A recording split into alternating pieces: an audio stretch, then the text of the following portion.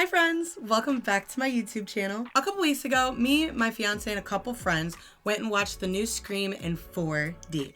And let me tell you, the seats were throwing us around, punching us in the back. Hello? Hello, Tara. Ugh, my name's not Tara. Who is this? This isn't Tara. Who is this? You called. I'm hanging up if you don't answer. And you'll die first, too, if you dare hang up on me. You think I'm scared of you? You should be scared of me, Blondie. Don't you know black people always die first? Not in these movies. No, you're right. It's normally the dumb blonde with the big tits to get gutted like a fish in the opening act. Ugh, look here, Scam Likely. I don't know what game you're trying to play, You're but... right. Let me tell you the rules to my little game. You're gonna answer all of my questions, or your little friend here dies. What are you talking about? Name on the collar says Idris. Let him go! Not how this works, Tyra. You've gotta answer my questions first. Who are you? What's your favorite scary movie? Scream 4 to be exact. Now where the is my dog? Everyone hated Scream 4. It's underrated. Now please tell me where my dog is. Question 2, same category. Who was the killer in Scream 4? Jill, the cousin. Oh, and that dweeby kid from film class. Oh, Charlie. Good job, I'm impressed. Next question. Please let my dog go. Who the hell is this? What was the name of the man who was framed for Sydney's mother's murder? Easy, Cotton Weary. Right again. Okay, Blondie. Last question. What? What is it? What do your insides look like? What?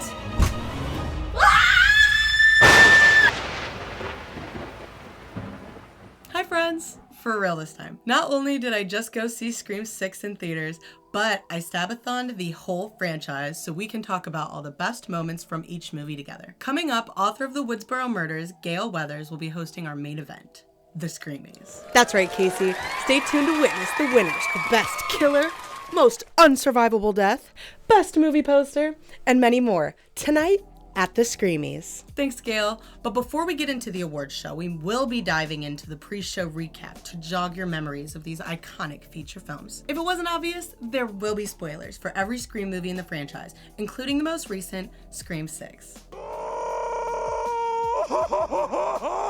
If you couldn't tell, I'm Casey, Drew Barrymore's character from the original Scream's opening act, where I'm brutally murdered with my boyfriend. I was just trying to enjoy some popcorn and watch a scary movie. I mean, I'm on the cover of the poster and I die in the first 12 minutes of the movie?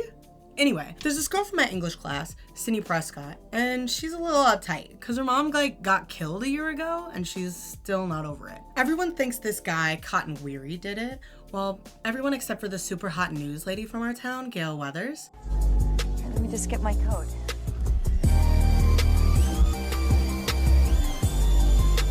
So there must be a new killer on the loose. After I got killed, the whole town is trying to figure out who killed me. So Officer Dewey, is on the job, making an absolute fool of himself. I'm 25. I was 24 for a whole year. You're so dumb. The three of them, Sydney, Gale, and Dewey, are the main characters of this franchise, so they have immunity. For now. That's one of the rules. But we'll get to that later. You might be wondering, her mom's dead. Where's her dad? You're confused. I'm fucking confused, bro. Well, he's off on a work trip or some shit, keeping him away from his daughter. Mind you, the anniversary of his wife's murder is going on, but work comes before trauma, baby. You want to know what? No, I am gonna leave. Back to the story. The killer decides Sydney is not scared enough by the recent murders, so he calls her up before showing up at her house, and they fight it out. Then her boyfriend, Billy Loomis, shows up out of nowhere. Coincidence? I think not! It seems like he's there to help, but then he drops a cell phone. Sydney, who won't put out by the way, calls the cops on him and he goes to jail for the night. The next day rolls around and she gets a call from the killer. What's up? But how could the killer be calling her? Billy's at the police station.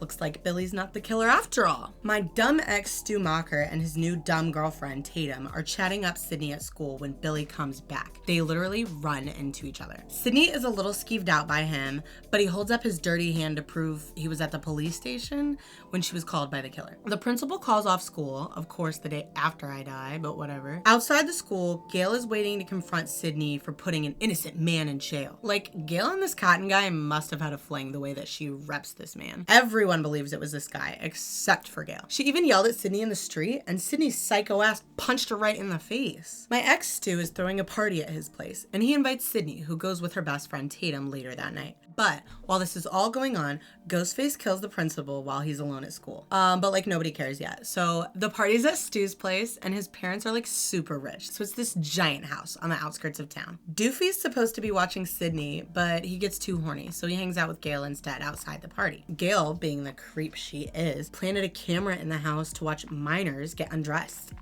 I mean, murdered, but like, which is worse? Anyways, my favorite part of the story comes along as Ghostface kills that bitch Tatum with the garage door when she goes to grab more beers for the party. It's hilarious. Just watch. Sorry.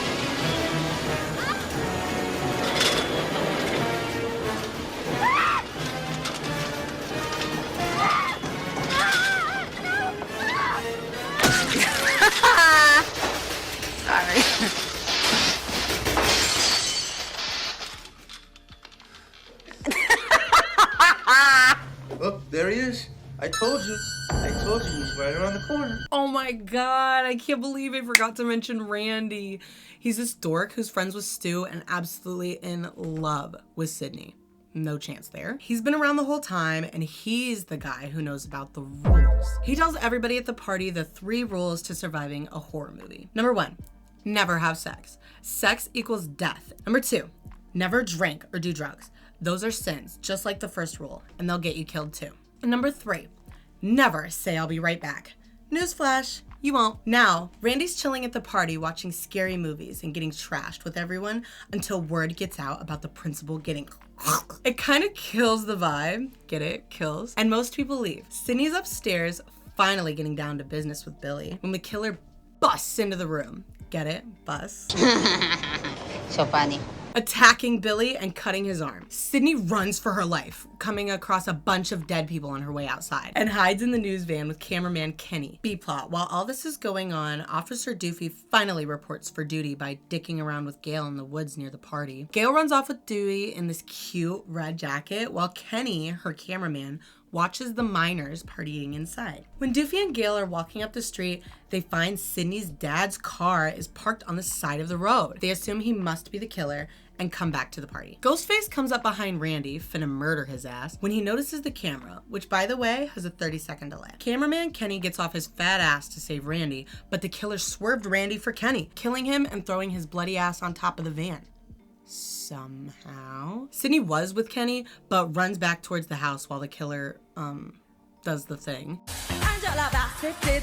Dewey has gotten back to the party house, only to get stabbed in the back and reminds Sydney she's not safe out here. She runs for Doofy's car, but the killer has the keys. He tries her again, but fails, and she runs back into the house, finding Dewey's gun on the way. Stu and Randy are now outside fighting and accusing each other of being the killer to confuse Sydney. I sat by that girl in English. I knew she would fall for this. She's not the brightest, but who am I to talk? I died, so. Billy flops his way back down the stairs and convinces Sid to give him the gun, which she does. Again, not the brightest girl. And then they let the boys into the house. Randy goes off about Stu being the killer, and Billy's like, ooh, we all go a little mad sometimes, before shooting Randy dead. Not really. Finally, we are shown who the real killer is. Or should I say who the real killers are? That's right, there's 2, Billy and Stu.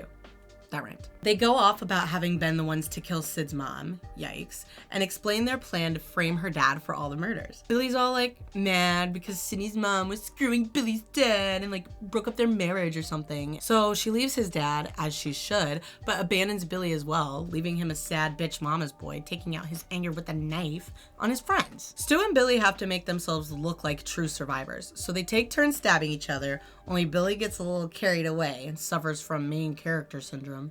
And he stabs Stu a little bit too deep. Find you dipshit! Get up! I can't, Billy. Oh, you cut me too deep. I think I'm dying here, man. Gale busts in. Get it? Bus. Oh wait, that doesn't work here. Gale comes in and tries to shoot the boys, but the dumb bitch leaves the safety on and gets in a scuffle with Billy. While all this goes down, Sydney takes her chance to hide and ends up stabbing Billy with an umbrella in the closet. Stu comes running his back up, but Sydney gets him to the ground and throws a TV on his sorry ass. So Randy's virgin ass comes back from the dead and he fights with Billy before Gale comes back to life too and shoots Billy. Safety off this time. Randy lets Sydney know the most important rule of all. never assume the killer is dead. And with great timing, Billy joins the party and comes back to life too. Holy shit, is anybody really dead in this movie? But Sidney stays strapped and is quick to shoot him in the head. The gang picks themselves up and tries to comprehend everything that just happened as the ambulance and the police officers arrive to assess the scene. Somehow, Sidney, Randy, Gale, and Dewey all make it out alive. Only Doofy is left with a sad limp and nerve-damaged arm. But for the most part, everyone is safe and sound. Opening scene. Jada Pinkett, no Smith yet, Keep my wife's name out your fucking is killed at the movies with her man. Really making an effort here to make the movie seem a little more diverse this time. Sydney's now in college and they made a movie about her near-death experience, Stab, which she's not a huge fan of, based on Gale's new book, The Woodsboro Murders. Dewey is also back because of the recent murders, and Randy also goes to college with Sydney, so the gang's all here for a new string of similar murders to the Woodsboro Murders. As far as new characters go, the most important ones are Sydney's new hot boyfriend, Derek, his best friend, Mickey, Sydney's new college roommate, Haley, and Gale's new rival, newswoman Debbie Salt. Newly exonerated Cotton Weary is also back to clout chase with Gale. The crew runs around campus, sorority and frat houses, and the college theater department throughout the movie. Randy gives us an update to the rules, as they have been changed because this is a sequel. Number 1, body counts are way bigger. Number 2, death scenes are way more elaborate. And number 3, to become a successful franchise, never assume the killer is dead. The deaths include Phil Stevens and Maureen Evans getting killed at the movies, Casey, C.C. Cooper, played by Sarah Michelle Gellar, adding another Scooby-Doo cast member to the mix, getting stabbed at her sorority house. Randy finally meets his demise because now legacy characters are up for grabs. A couple cop deaths, nobody cares, and Haley dies after Sydney fails in assuming the killer was dead. In the third act, Sydney's boyfriend Derek is also killed in front of her as the killers expose themselves. The nerdy film class douche Mickey and Debbie Salt? Nah. That bitch was actually Billy Loomis's mom, Nancy. Clearly her motive was to avenge her son, and because Sydney's mother ruined her marriage in her eyes, always blame the man, girl, like what the f. But Mickey just wanted a taste of the limelight, hoping for a famous trial for killing Sydney and blaming it all on the movie Stab as to why he committed these crimes. Debbie wasn't having that, and she killed off her no longer useful idiot accomplice. This is one of my favorite death scenes because as Debbie shoots Mickey, Mickey shoots Gale, and it's like all very swift. Here to save the day, Dewey, just kidding, he's useless and got stabbed back in the theater earlier. No, here to save the day is Cotton Weary with a gun. He points it at Sydney and Nancy, but uses this opportune moment to blackmail Sydney into doing a Diane Sawyer interview with him. Bet you that Diane Sawyer interview's looking real good right about now. To avoid getting unalived, Sydney agrees and Cotton shoots Nancy instead. Gale is revived by God, probably, and comes back in just in time for Mickey to come back to life and attempt to jump scare these women. They shoot him and Nancy again, JIC, just in case. Dewey also comes back to life, but Randy is permanently 6 feet under. Cotton gets his clout, and Sydney survives another traumatic experience. And that is Scream 2.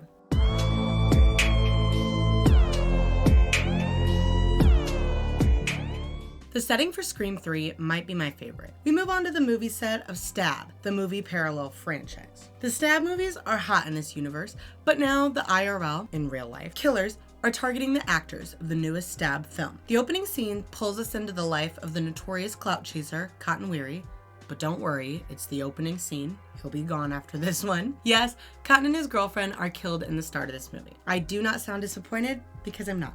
And it's here we're introduced to the new technology of the 2000s. The killer uses the voices of real people when they make a call, making the person on the other line believe it's someone that they know. Scream 3, however, falls into the same pitfall Scream 2 fell into, where the killers remain off screen a lot of the movie, making it less fun in their exposure scenes because it's harder to guess that they're the killer. This movie is unique and only has one killer, Roman Bridger, who's the producer of Stab 3. During his small amount of screen time, he complains that all these murders are gonna ruin his movie, but in the end, he announces that he's making his own different and better movie, and he's the star. Roman dives into Sydney's mother's past, revealing her secret acting career and her illegitimate child she gives up. That son is none other than Roman. He tried to create a relationship with Maureen, but was cast aside, inspiring his drive to kill her. He reveals he informed Billy Loomis of his father's little affair and how Maureen was the one to blame. Randy came back from the dead, sort of, in a video he created brought to light by his sister Martha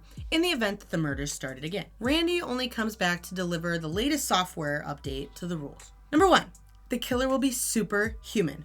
Shootings and simple stabbings will not work to stop them. Not that they ever really did before, but whatever. Number 2, anyone, including the main character, can die because it's the final chapter of the trilogy. This does not happen. No one important dies in this movie, and there are 3 more movies after this. And 3, the past will come back to bite you in the ass. The entire franchise is about to pass, so I don't really know how this one made it into the update. Sydney changed her identity to hide from the killer. Gale changed her bangs to stop being the biggest slay in the movie. And Doofy changed from having a sad limp to, oh wait, he still has it. The third Scream had all the potential to be fun on the movie set and everything, but it spends a lot of time at the producer Roman's house. Roman's adoptive father is the only other character that really matters, and he only matters because he gives this like Harvey Weinstein speech. It was in the 70s. Everything was different.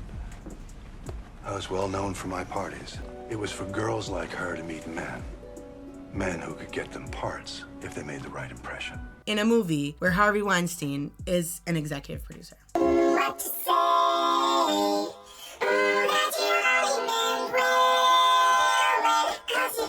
My favorite movie of the franchise was actually the worst performing film in the entire series, being the only film to gross under $100 million. Yo.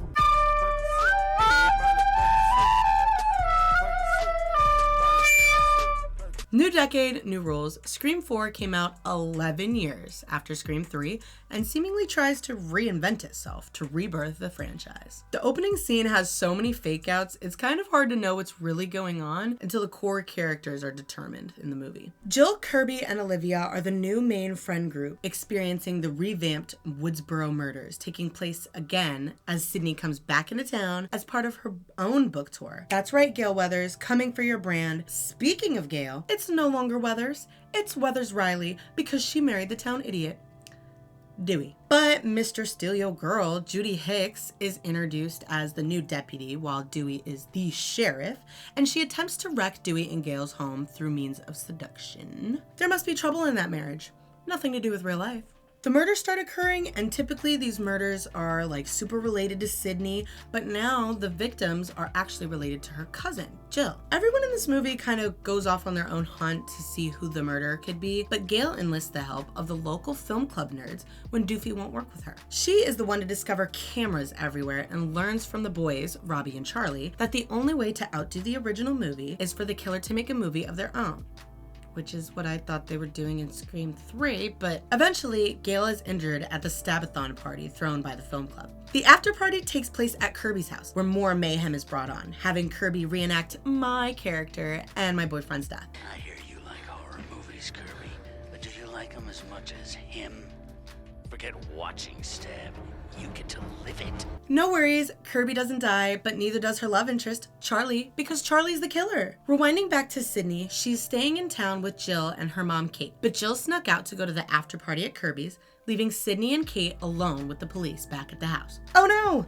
The killer murdered the police outside and is coming for these women. He kills Kate, but wait, he's hosting the Stabathon party and the after party. How can he be there and killing Kate and terrorizing Sydney at the same time? There's 2 killers. Sydney rushes over to Kirby's to try and save Jill, but is taken aback when Jill and Charlie announce themselves as the killers. Hello, Sydney. Their plan to frame Jill's ex, Trevor, for everyone's murder is going great. Jill seems to be the only survivor, feeding her desire to be the main character. She's rushed to the hospital after stabbing herself and throwing herself across the room into a bunch of glass and shit. So at the hospital, Dewey congratulates Jill on surviving, like his wife, where she half exposes herself to Dewey as the killer. He didn't realize what was going on. He also informs her that Sydney looks like she's gonna make it too, but she's in critical condition. This is not apparent throughout the rest of the movie. Dewey goes back to talk to Gale, who then figures out Jill is the killer. So she sends him off to catch Jill before she kills Sydney for real. Sydney, in critical condition, is for some reason left alone in her room. Actually, the hospital staff is nowhere to be found at any point, leaving Jill the perfect opportunity to finish the job. The four characters fight it out, adding in Officer Hicks to the mess. Sydney ends up gathering all the strength left in her to physically fight Jill and kill her with a defibrillator. The rules are not as explicitly spelled out in this rule, but they include unexpected is the new cliche, virgins now can die, and don't fuck with the original. Another 11 years later, and a new Scream movie shows up on the scene. Yeah, it's revamp time. This movie essentially tries to get back to basics, unlike the previous revamp attempt, and it really works. Well, a lot better than Scream 4 at least. In Scream 2022, not Scream 5, we have Hollywood it girl Jenna Ortega in our opening scene. But she breaks the curse and doesn't die in the beginning. She should with these attacks, but she survives and is rushed to the hospital. This prompts her friend and son of police chief Judy Hicks, Wes Hicks, to alert Jenna's sister Sam. I'm going to refer to her as Jenna because her character's name is Tara and my name's not Tara. Sam is the daughter of the original Ghostface killer, Billy Loomis, but we don't find that out until the middle of the first act. Oh, wait, we're getting a lot of exposition in this movie. Hold on. Hello again. I'm the Queen of Exposition and author of the Woodsboro Murders, Gale Weathers. Yes, in this movie, it's no longer Gale Weathers Riley. Aww. Sam spends the beginning of the movie oversharing her deepest, darkest secret that she is, in fact, the illegitimate child of Billy Loomis. Sam comes back to her hometown of Woodsboro and meets her sister, Jenna's friends. Randy's niece and nephew, Mindy and Chad, Chad's girlfriend, Liv McKenzie, Wes Hicks, son of Judy Hicks, and Amber Reed, one of the killers. And Amber Reed, Jenna's best friend. Sam brings along the other killer. Sam brings along her boy toy, Richie, to be there for her sister. Where are their parents, you might be wondering? Sam's dad is Billy Loomis, and we saw him die in the first movie. Jenna's dad left after finding out about Sam's real father, and their mother is stuck at a work conference in London. Let's keep this exposition train moving. The twins, particularly Mindy, resemble their uncle with their nerdiness, and they list off this movie's rules. 1. Never trust the love interest. 2. The killer's motive is always connected to someone in the past. And 3. The first victim is always part of a friend group. Okay, come on. That's the third rule. The victim has friends. So back when Sam first came to town, she had talked to Dewey, the retired, sad, pathetic old police chief. Doofy is busy drowning his divorce sorrows with some liquor, but comes around to helping Sam find out who the killer is. While they're busy figuring things out, Judy and Wes Hicks are murdered in their home, subverting some expectations by having a blonde boy taking the shower. Sam and Dewey arrive on the scene when, back on the street, none other than Gale Weathers herself. The divorced actors and characters have a quaint little reunion before Sam sees the officers who are supposed to be guarding her sister back at the hospital. While Sam and Dewey take their time to get to her, Jenna is attacked in the hospital by Ghostface. When the pair finally arrive, they find an injured Richie and an even more than before injured Jenna. They manage to make it to the elevator, but before it closes, Dewey decides he must stop the killer once and for all. Instead of holding the elevator door open for him, they leave Dewey behind, allowing Ghostface and him time to scuffle around before he too is murdered. Just an aside, one of the killers is Amber, and she is the one fighting Dewey right before he dies because the other killer's on the elevator with the two girls. Will you look at this 45-year-old man tussling with this 17-year-old girl? She is beating the shit out of him. Sidney Prescott is back in town as she is the leading expert in serial Ghostface murders in that town. She and Gale decide to track the three when Jenna discovers her backup inhaler is missing. She left an extra one at her bestie Amber's house, so they go over there and it's none other than my ex-boyfriend, Stu Macher's old house. Amber's throwing this huge party in honor of Wes's death. This party really resembles the one from the first movie, and of course, the annoying Randy twins are there, and they're being just about as annoying as Randy used to be. Shenanigans ensue, and some people leave, a few people are killed, And some people who should be dead are laying still in the grass until the end, when they survive for the next film to have more than 3 legacy characters. Everyone is left arguing about who the killer could be when Amber reveals it's herself and shoots Liv right in front of the entire group. Everyone scatters, and Sam points out Richie is also untrustworthy and separates herself from him and freeing her tied up sister. Wait, when was Jenna tied up? I must have missed some of this. Gale and Sydney show up just to be shot at. Gale goes down and Sydney braves her way inside to fight Ghostface. Here it is unveiled that Richie is working with Amber, and the two are super fans of the Woodsboro Murders and the media surrounding them. The two profess their love and explain how easy it was to pull off. Of course, before finishing the job, as all killers do, leaving the gang with ample time to take back the power and defeat them. Amber is shot and pushed into a fire after she's soaked with hand sanitizer. And Richie is stabbed like 23 times in the chest, neck cut open, shot 3 times by Sam. Damn, girl. I think you got him. At the end, the survivors are Gale, Sam and Jenna, the Randy twins, Mindy and Chad, somehow, and still Sydney, but she's made it clear this is the last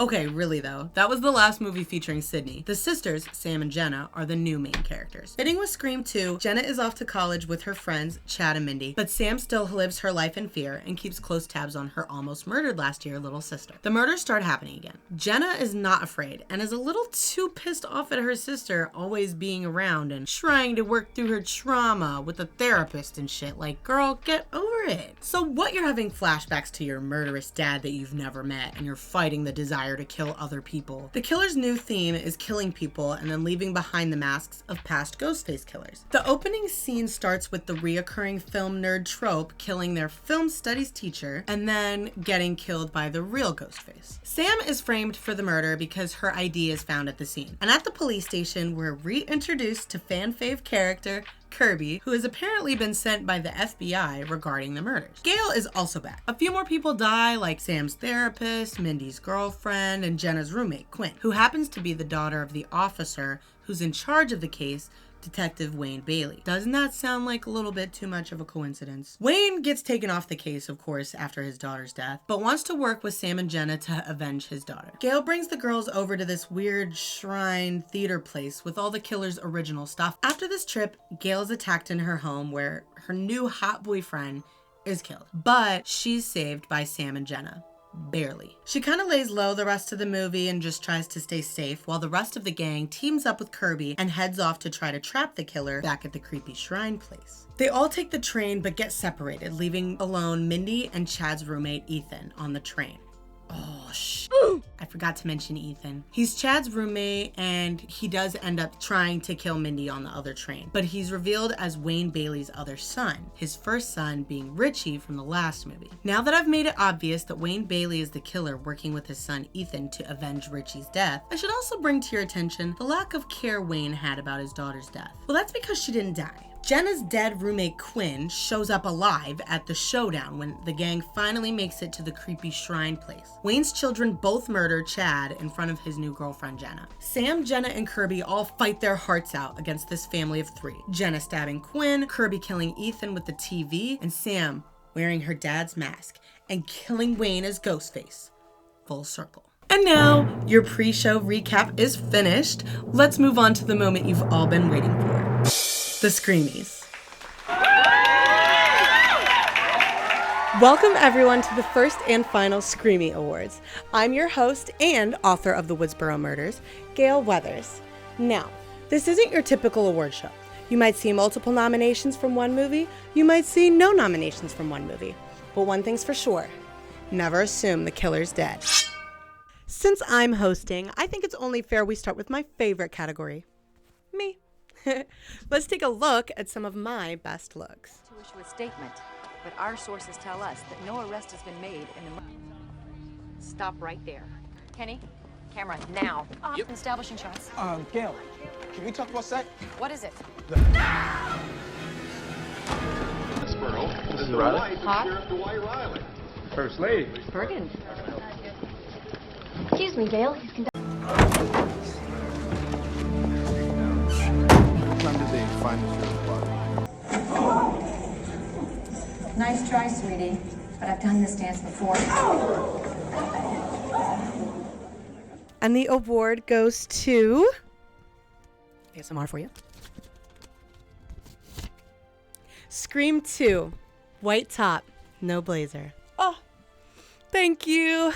No, I know what you're thinking. I've still got it. I'd like to thank Dewey, but he's dead, so I'll just thank Sydney, who couldn't be here tonight. I'm so thankful people around you kept getting murdered so I could keep rocking these fits left and right. Our next award still has a little something to do with me.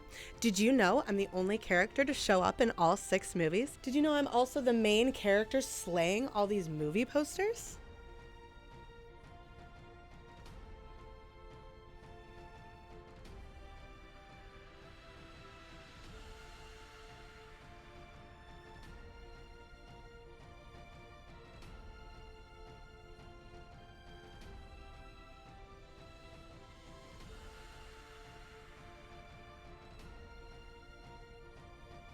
And the award goes to...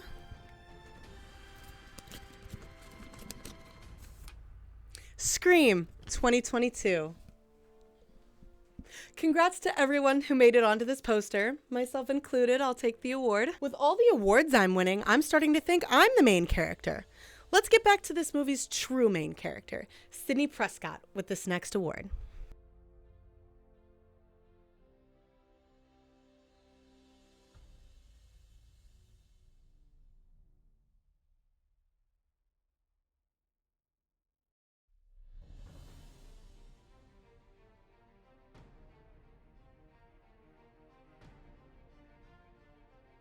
And the award goes to...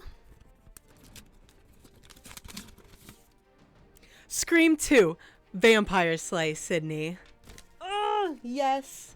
You can't deny it. Sydney ages like fine wine. Thankfully, she survived this long throughout the franchise to see this award. She survived the stab to her stomach back in Scream 4. Even when Jill reopened the wound in critical condition, she was still able to run around with those killers. She's not alone in surviving the impossible. I mean, the Scream universe might as well be The Walking Dead with the amount of unsurvivable attacks these characters have survived. Our next award goes out to the strong little bitches who refuse to let something as simple as being stabbed in vital organs or being shot 6 times in the chest get in their way of making it to another movie. I sure didn't.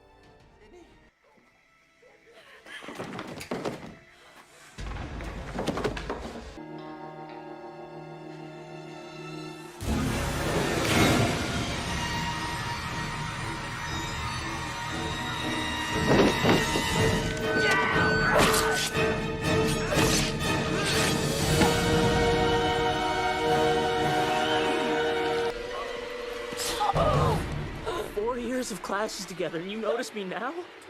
Stupid bitch! It's too late! No, stop! Wait!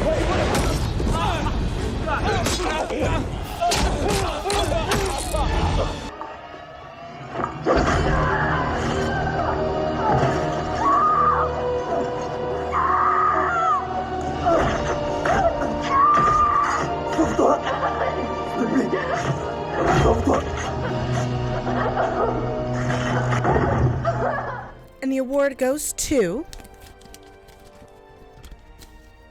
Scream 6, Chad, stabbed 1 billion times. Congrats to Chad. It's not easy to survive these movies. Well, it is for me, but I need to be in these movies. I can't be killed. I have legacy character immunity. Thankfully, Dewey survived 4 movies before they killed him off. I think if I were to die in one of these, I would want it to be so fun and crazy, people always remember my death. Some of the killers were creative, though, in their murders. And this next award honors just that, creative deaths.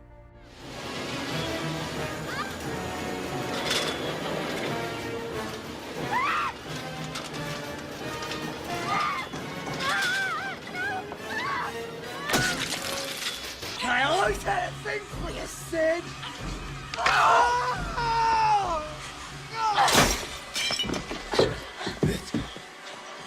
In your dreams.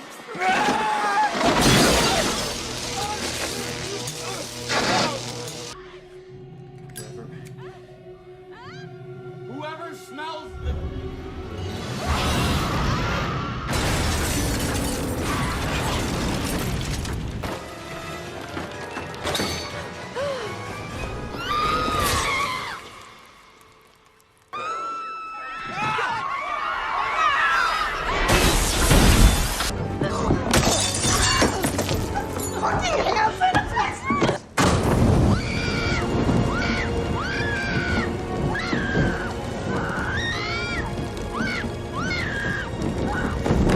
the award goes to Scream, Tatum in the garage door. I knew it. Wow, there were a lot of casualties in these movies. So many deaths were unexpected. Even in the original Scream, featuring Drew Barrymore on the poster, kills her off in the first 10 minutes of the film. Her death scene set the tone for how these movies were supposed to set themselves up with the murders. It's only right for this next award to celebrate these intense and hilarious opening scenes. What's your favorite scary movie? I don't know.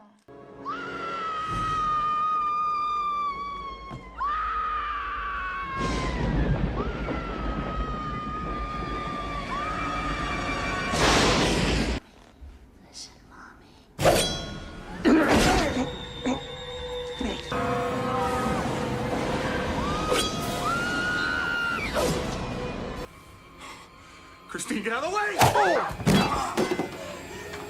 Behind you!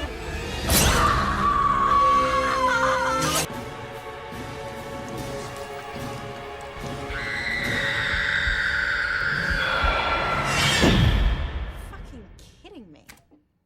What? That was so fucking stupid. You can see everything coming. Ah!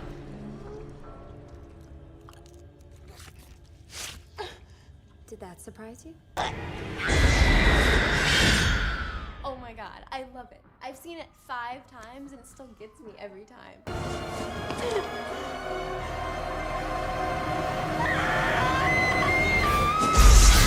All systems disarmed.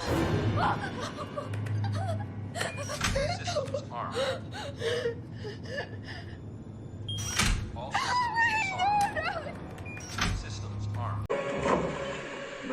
We have to finish the movie. Who gives a fuck about movies? And the award goes to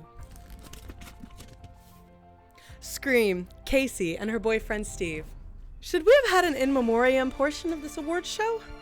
Nah, I think it would be far too long, and we have other awards to get onto tonight. All these great death scenes began with a great killer behind them. They are the bad guys in all of this, but some of them were pretty good characters to watch go absolutely crazy on some innocent people. Our next award will go to one of these psychos.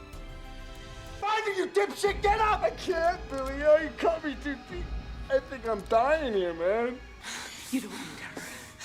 Let me kill her! As long as she's alive, you're never gonna be the lead in the story. That's what you really want. You were the only child she claimed, Sydney. She shut me out in the cold forever. Her own son. Clear. Clear?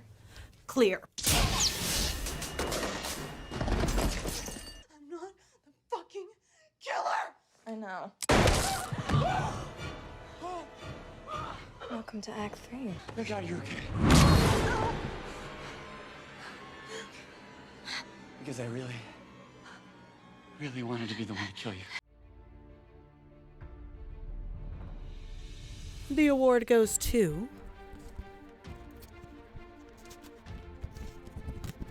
Scream, Stu Macher. The actors and characters get a lot of credit at these award shows, but now we should dedicate some time to the behind-the-scenes techies. They worked hard on creating sets that really draw the audience in. Like in the first Scream, Stu Macher's giant house, the big party. Super fun, right? Or on the set of Scream 3, the movie set of Steve Macher's house. All right, or later in Scream 5, Stu Macher's old house. Wait, should we even do this category?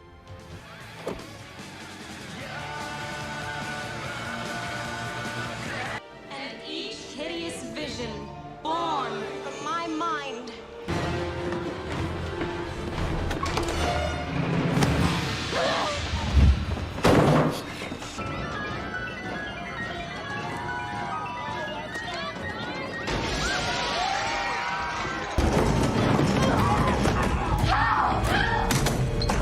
Somebody help me! He's trying to kill me! What's going on? What's going on? What is this place? A shrine. We've got to lure him in. And the award goes to Scream 2, University Theater Department. That's what I have playing. So funny. I didn't even do that on purpose. I'm being serious. I didn't do it on purpose. Typically at these shows, the most talked about awards are for Best Actor, Actress, and Best Picture. So we've saved those categories for the end to keep you trapped here. These movies have seen many characters come and go, with very few standing the test of time. Myself included. Let's look back at some of the Scream franchise's best characters. Did you really call the police? You bet your sorry ass I did. My mom and dad are gonna be so Need to get in that building. Yeah, there's a story in that building. Maybe Gale Weathers would find a way.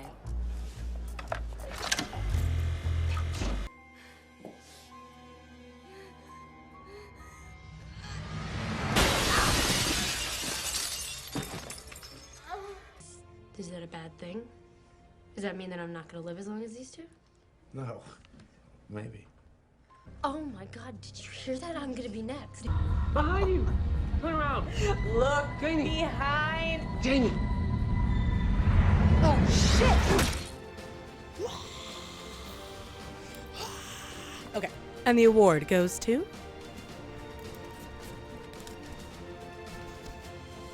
Scream 4, Kirby Reed. Congrats to Kirby, she really deserved this as a fan favorite. I think they didn't nominate me because I have already won so much today. That's okay, because I can still win this final award, because like I said, I'm the only character to have shown up in all 6 movies. The final award goes to Best Picture.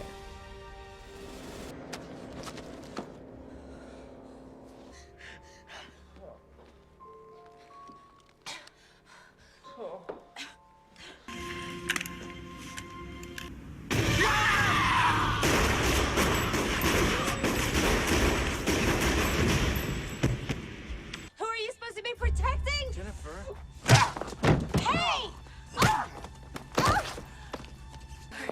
Kirby, this is making a move. It's an honor.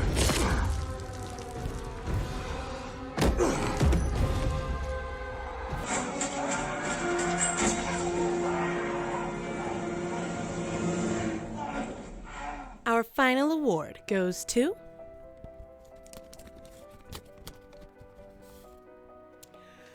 Scream 4! Hey, I wrote this. Of course I'm gonna give it to my favorite. The original is rarely ever topped in a franchise, but I have a sweet spot for Scream 4. It was messy and chaotic, and the killer just wanted to be famous. And I can dig that. And with that, I ask you to Please subscribe. And with that, I thank you for tuning into this year's first and final Screamies Award. Thank you so much for watching my video.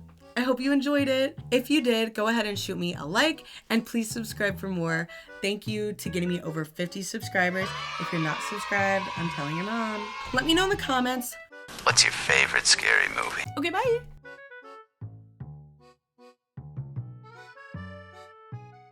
Subscribe!